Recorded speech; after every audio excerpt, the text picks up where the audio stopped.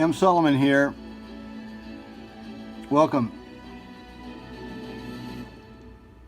We have another example of something that's no doubt disturbing, something that at first glimpse does not make a lot of sense, but when you look at it and you digest the information, you get a better understanding of what may have been taking place in certain files and certain mortgage foreclosures.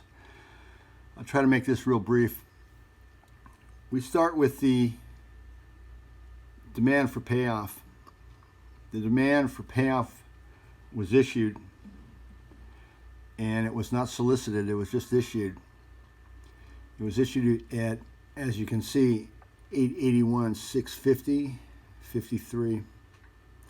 It was issued about 7 days, dated 7 days before the scheduled sale. Now, we want you to also keep in mind the statements received to date show an outstanding balance from a One Select Portfolio Services, a wholly owned subsidiary of Credit Suisse. The outstanding balance, which has never changed, is 618,005.81. The first observation is mortgages are represented in default as a compounding balance. Interest compounds, and the interest is usually cut off when it's moved or when it's transferred to the foreclosure mills. So, starting with the demand for payoff, 881,650.53, what we did was it took a lot of trial and error, it took a lot of analysis, but we came up with a series of dates. And the first date we came up with was 10/20/86.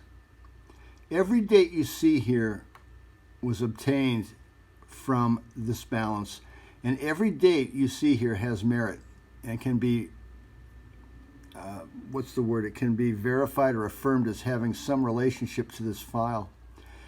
The first date was 10/20/86. All I can tell you is that for now, all I can tell you is that just happens to be the 12-month anniversary to the 10/19/87 stock market crash. It's a reference.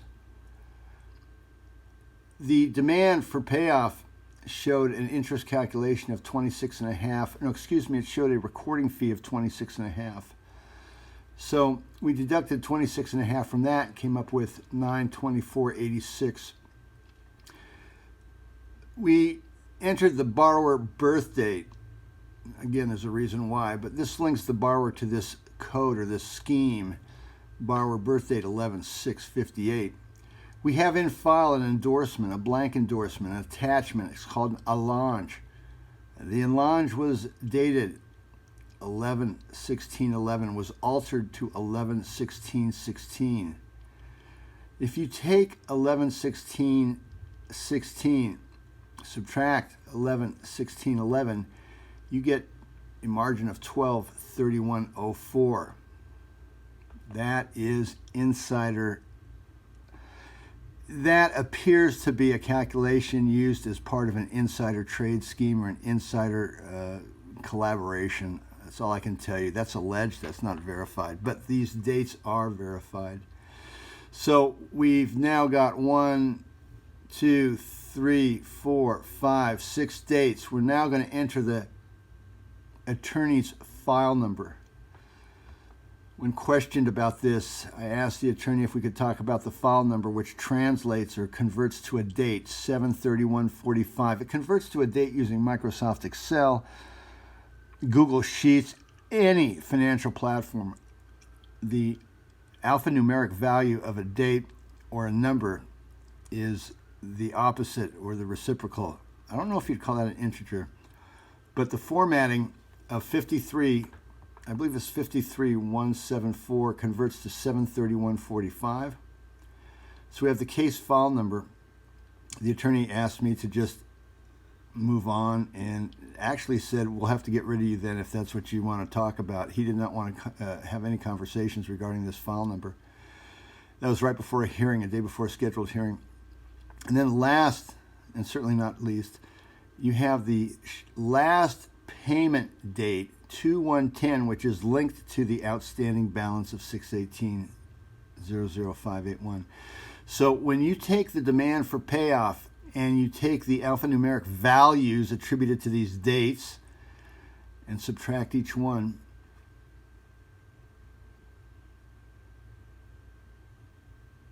mark to market.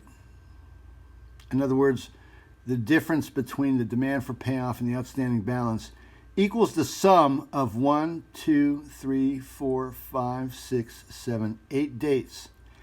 And let me remind you that these dates go as far back as 1904 and the borrower's birth date, 1958. This alleges, or this indicates an alleged insider trading scheme where the borrower is being used as a direct investment, the borrower's property is being used as a direct investment, and what you're getting is a multiple of the values you see. And what that suggests is that the economies of scale are such that there's no way this borrower could ever survive a negotiated settlement in default, when in fact the borrower was compelled to miss her last payment and was never allowed to make another payment since. If you have any questions, you can reach me at secondary trade desk at gmail.com, or you can hit me up on Facebook under Reham. Look forward to talking to you. Take care.